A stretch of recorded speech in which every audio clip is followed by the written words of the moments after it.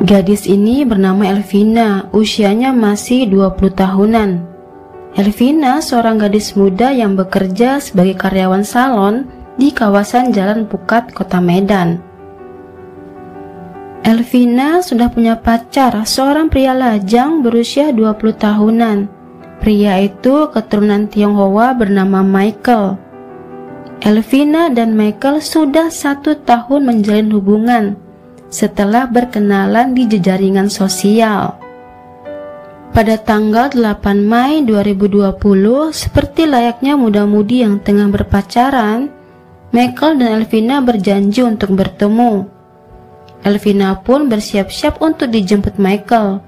Elvina menunggu Michael di salon tempatnya bekerja. Setelah sampai di tempat salon, Michael mengajak Elvina pergi ke rumah Jeffrey yang merupakan teman Michael. Michael membawa Elvina ke komplek Cemara Asri, tepatnya di Jalan Duku nomor 40, Kecamatan Pedut Setuan. Setelah sampai, Elvina duduk santai di rumah Jeffrey. Michael sendiri entah berada di mana. Selang beberapa saat, Jeffrey menghampiri Elvina. Kemudian Jeffrey mengajak Elvina untuk pergi ke kamar mandi. Elvina pun sempat bertanya, "Mau ngapain, Jeff, ke kamar mandi?" Namun, Jeffrey tetap memaksa Elvina ke kamar mandi. Saat itu Elvina pun menuruti Jeffrey. Sesampainya di kamar mandi, ternyata Jeffrey mengajak Elvina melakukan hubungan badan. Elvina pun menolak dengan tegas. Gadis itu kemudian berusaha untuk keluar dari kamar mandi. Saat itu Jeffrey sangat marah. Dia kesal karena keinginannya ditolak Elvina. Jeffrey menahan Elvina untuk tidak keluar dan lagi-lagi mengajak Elvina untuk berhubungan badan. Elvina pun menolak.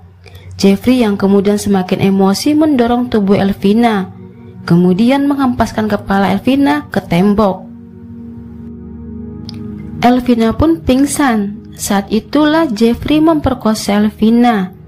Setelah selesai, Jeffrey kemudian pergi ke dapur dan mengambil pisau. Setelahnya kembali ke kamar mandi. Di sana Jeffrey menikam dada sebelah kiri Elvina. Kemudian Jeffrey merobek perut Elvina dengan pisau dapur yang tadi. Jeffrey kemudian memanggil Michael. Kepada Michael, Jeffrey mengatakan jika Elvina sudah dibunuh. Tapi Michael malah nggak marah. Yang ada Michael malah menuruti perintah Jeffrey untuk membeli 2 botol bensin. Setelah bensinnya dibeli, Jeffrey kemudian menyiramkan bensin itu ke tubuh Elvina. Setelah merasa cukup, Jeffrey pun membakar mayat Elvina. Sementara itu Michael menelepon ibu kandung Jeffrey. Kemudian ibu Jeffrey pun pulang ke rumah. Sesampainya di rumah, wanita parubaya itu malah membantu anaknya Jeffrey memindahkan mayat Elvina yang sudah terbakar dari kamar mandi ke ruang tengah. Setelahnya mayat Elvina berada di ruang tengah, Jeffrey pun pergi ke dapur. Dari sana dia mengambil sebilah parang. Kemudian seperti tanpa rasa takut, Jeffrey membelah perut Elvina dan setelahnya memotong lengan kanan Elvina. Sementara itu ibu Jeffrey pergi ke gudang. Dia mengambil kardus dan lakban.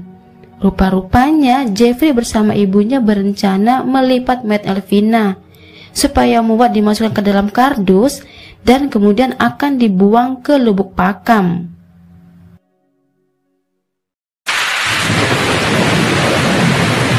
Di sana Michael hanya melihat apa yang dikerjakan Jeffrey dan ibunya.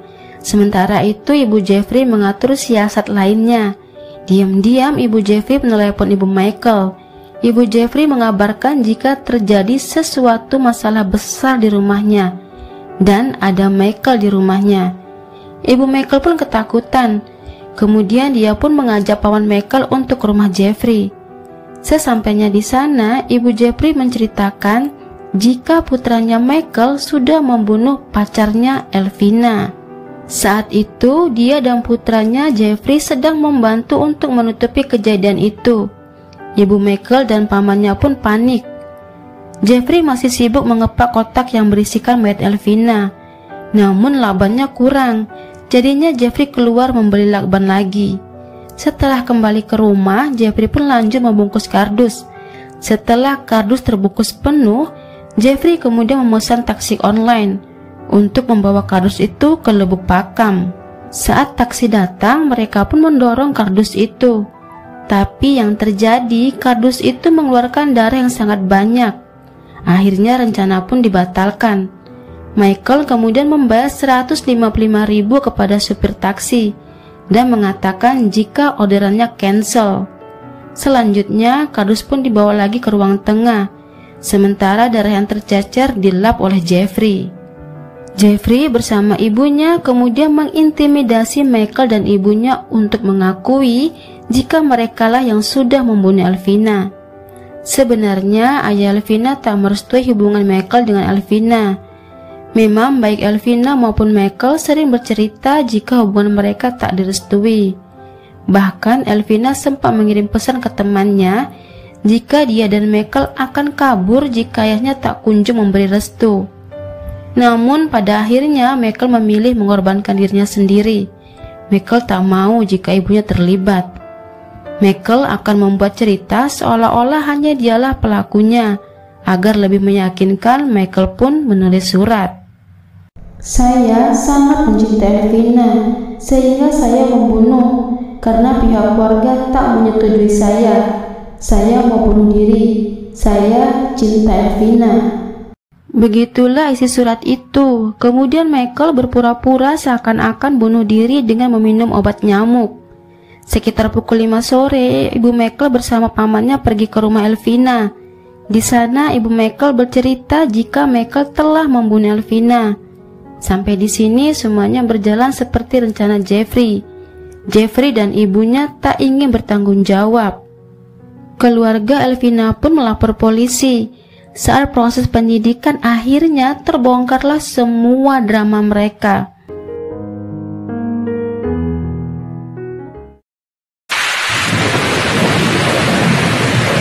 Rupa-rupanya sebenarnya dari awal penjemputan Elvina sudah mereka rencanakan. Jeffrey lah yang menyuruh Michael untuk menjemput Elvina dan memintanya membawa ke komplek Cemara Asri. Sebenarnya baik Michael dan Jeffrey adalah sama-sama mantan Elvina. Saat kejadian mereka sudah tidak ada hubungan asmara lagi dengan Elvina. Terungkap jugalah jika kedua tersangka adalah napi asimilasi karena wabah COVID. Rupa-rupanya mereka masing-masing tahanan pelaku pencabulan anak. Ada yang dihukum 6,5 tahun penjara, ada juga yang 7 tahun penjara. Pada akhirnya Michael, Jeffrey dan ibu Jeffrey dijadikan tersangka. Sementara itu ibu Michael dan pamannya menjadi saksi kunci.